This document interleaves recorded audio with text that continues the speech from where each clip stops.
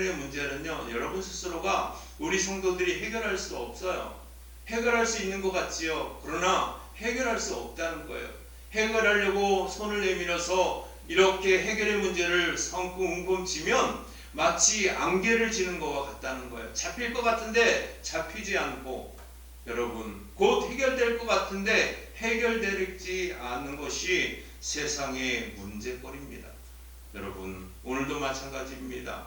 우리 에베소 교회에 살고 있었던 장로들을 이제 다 초청해가지고 고별 설교하는 사도 바울은요, 그는요 어떤 생각을 가지고 있었냐면, 이 에베소에서 사람들을 보내가지고 교회 장로들을 다 초청을 했어요. 이제 내가 떠나니까 오십시오라고 초청을 하고, 그들이 오니까 그들에게 이 사도 바울은 뭐라고 말하냐면, 첫날부터 지금까지, 내가 다시 이곳에 온 그 첫날부터 지금까지 항상 여러분 가운데 어떻게 행하였는지도 여러분도 아는 바다. 나의 행실이, 나의 행동이 어떤 일을 했는지 여러분 알고 계시지요, 이렇게 말합니다. 그러면서 스스로 자화자찬하는 것처럼 느껴지지만, 그는요 오늘 본문 19절 말씀을 통해서 이렇게 말합니다. 모든 겸손, 이 모든 겸손으로 임했다는 것은 내가 항상 겸손했다 이런 의미가 아니라, 나는 겸손하려고 여러분한테 늘 노력을 했다는 거예요. 여러분 앞에 겸손해지려고 부단한 노력과 애씀을 가지고 여러분을 대했다, 이런 뜻이에요. 그러면서 모든 겸손과 눈물이며, 겸손해지려고 눈물을 많이 흘렸다는 거예요. 여러분이 볼지는 못했겠지만 나는 눈물 흘리면서 이런 겸손을 하려고. 왜 눈물을 흘렸을까요? 겸손해지기 위한 눈물은 왜 흘렸을까요? 왜냐하면 여러분, 겸손이라고 하는 것은 나를 낮춘다는 의미잖아요. 남을 높이고 나를 낮추고, 이 겸손이라는 단어는요, 이 눈물을 요구해요. 왜냐하면 부당함이라는 것이 있을 수도 있거든요. 나는 한 일이 없는데 다른 사람들이 내가 했다고 손가락질을 하고 나를 무시하고 시기하고 나의 죄성을 건드리고, 그리고 나를 죄인이라고 말하기도 하고 누명을 씌우고, 이런 일들이 일어날 때마다 발끈해가지고 나가는 것이 아니라 겸손해지려고 눈물로써 하나님 앞에 호소했다는 거예요. 이런 삶을 살았다는 거지요. 그러면서 유대인의 관계, 다시 한번 말할게요. 유대인들이 이 사도 바울을 엄청 모략했지요. 왜냐하면 유대인의 배교자잖아요. 배교자 아세요? 유대인의 정석을 배웠던 사도 바울. 사울이었을 때에 그는 가말리엘 지파에서 최고의 당대 학자이자 그리고 당회원이었던 그러한 학자 밑에서 수제자로서 살았는데, 그뿐만 아니라 그에게 대제사장들이 정권을 위임해서 그가 받은 그런 위임받은 그런 문서를 가지고 기독교인들을 탄압하러 다녔고 열심을 했던 인물이에요. 그런데 그가 어느 날 변절자가 되었는데, 그 변절자의 시점이 그가 기독교인들을 탄압하기 위해서 다메섹이라고 하는 길거리를 가다가 예수께서 오셔서 만나주심을 통해서 그의 삶이 바뀌어버렸어요. 기독교를 박해했던 박해자에서 기독교를 옹호하는 옹호자로 바뀌었고, 유대인들은 배교자로 그를 보게 되었고, 배교자이기 때문에 반드시 죽여야 된다 해서 성문마다 집혀가지고 내가 사울을 죽이지 아니하면 음식을 전폐하리라, 이렇게 그들이 다짐을 하면서 배교자인 사울을 죽이려고 했거든요.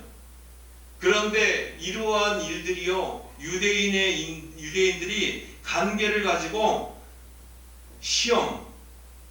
사울을 시험한 일이 엄청 많다는 거죠. 그러나 참았다라고 말하고 있어요. 참고 주를 섬겼다, 이렇게 말하고 있잖아요. 그것에 대하여 발끈해가지고 그들을 다 죽여버린 것이 아니라 참고 견디면서 예수 그리스도만 증거했다라고 오늘 본문 말씀은 19절에 말하고 있습니다. 그래서 유익한 것은 무엇이든지 공중 앞에서 각 집에서나 꺼리낌이 없이, 어디서 있든 공중적 대중의 이목을 받아서 주님의 말씀을 증거할 때에도, 또 집에서 여러분에게 신방을 하면서 말씀을 드릴 때에도 나는 그것을 예수에 대한 증언을 할 때 아무 꺼리낌이 없이, 그들이 나에게 돌을 던지고 나를 핍박한다 할지라도 그것을 감당하면서까지 여러분에게 가르쳤다라고 말하는 거예요. 그러면서 말합니다. 유대인과 헬라인에게는 하나님에 대한 회개와 우리 주 예수께 대한 믿음을 증언하는 것이라 이렇게 말했어요. 하나님에 대하여 여러분 회개하십시오.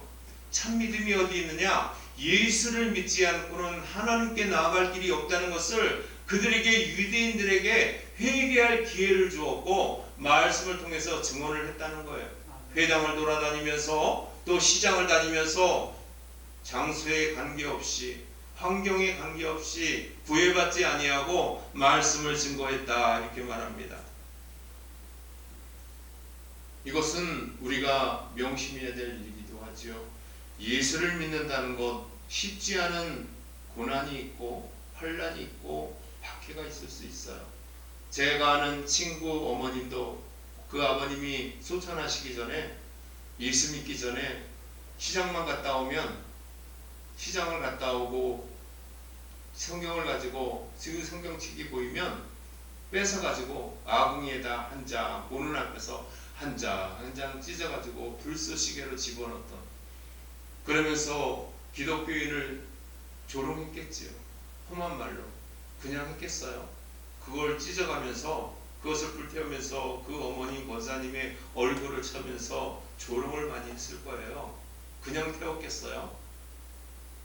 조롱을 하면서 그런 고난을 받다가 그 아버님이 병마가 찾아와서 시한부의 인생을 결정되어질 때 그 권사님의 손을 잡고 교회를 간 이후에 그가 달라졌다는 사실을 아십니까?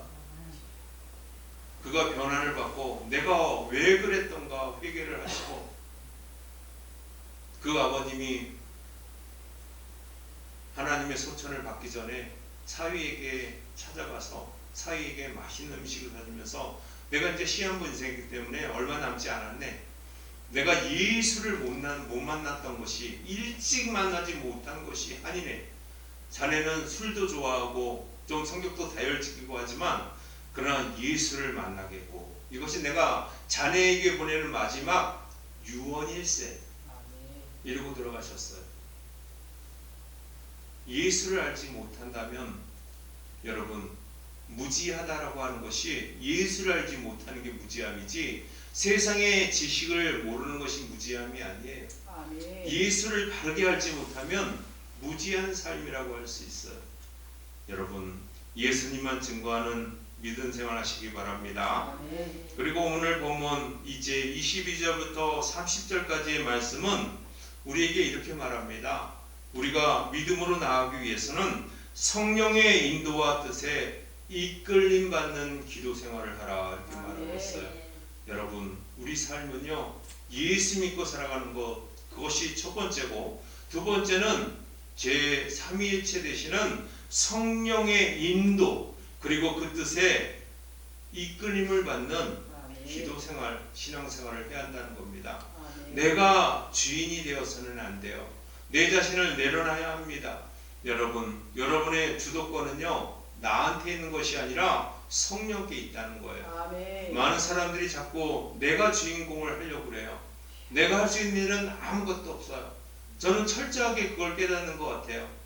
제가 이 말씀을 준비하면서, 말씀을 좀 일찍 준비해 놨는데 이 말씀을 이렇게 준비해 놓고 일주일을 보내면서 무슨 생각을 했냐면, 참 하나님은 독특하시다 이런 생각을 했어요. 하나님은, 내가 만난 하나님은 참 위대하시다. 왜 그런 생각을 했냐면, 제가 성찬식 할 때 손을 이렇게 다쳤다 그랬잖아요. 이렇게 상을 꺼내다가 쭉 긁혀가지고, 그래서 병원에 가서 이제 주사도 맞고 뭐 여러 가지 이렇게 했는데, 새벽기도 나오기 위해서 여기 나와서 엎드리고 있는데 갑자기 손이 보이더라고. 눈을 떴는데, 근데 손가락이 나왔을까요 안 나왔을까요? 다 나왔어요. 네. 다 나왔더라고요. 그래서 야, 우리 인간이나 동물이나 상관없이 식물도 마찬가지지만 무엇인가 기스가 나고 상처가 나오면 치유하는 능력을 심어주셨구나 하나님이. 아멘. 이게 만약에 치유하지 않고 그대로 찢긴 상태에서 또는 그 상태에서 계속 이게 존재한다면 우리 피부나 우리의 삶은 너덜너덜해졌겠구나. 치료하지 않아 주셨다면. 팔 부러진 사람은 팔 부러진 상태로 지금 다니고 있을 것이고, 손가락 부러지는 분들은 손가락 부러진 대로 다니고 있을 것이고, 그런데 그게 아니라 하나님은 우리의 상처의 그 미미한 상처까지도 다 아물게 하시고 아멘. 치료해 주시고, 아멘. 우리가 하는 일은 아무것도 없구나. 하나님이 치료해 주시고 회복시켜 주심을 통해서 우리 삶이 이렇게 살아가고 있구나 하는 걸 깨달았다는 거예요. 아멘. 여러분, 내가 한 건 아무것도 없다는 사실을 아셔야 합니다. 아멘. 오늘도 마찬가지입니다.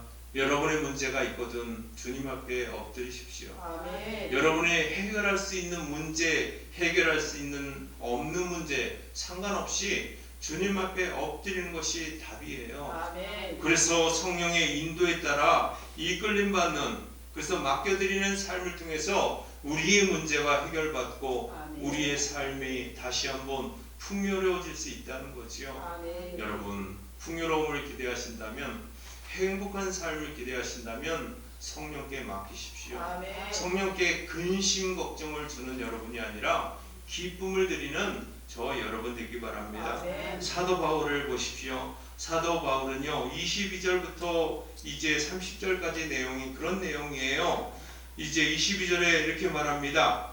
보라, 이제 나는 성령에 매여 예루살렘으로 가는데 내 생각, 내 뜻에 또 주님의 뜻에 의해서 결정된 게 아니라 성령께서 나를 이끌려 가고 있다는 거예요. 내 삶을 성령께 맡겼다는 겁니다. 그래서 예루살렘에 가는데 거기서 무슨 일을 당할지 내가 알지 못한다. 성령께서는 아시겠지요. 그러나 아직 그걸 모른다. 그러나 오직 성령이 각성해서 내게 증언하여 말씀하셨다는 거예요. 무슨 일을 당할지는 모르는데 성령께서 나에게 가르쳐 주셨어요. 어떤 말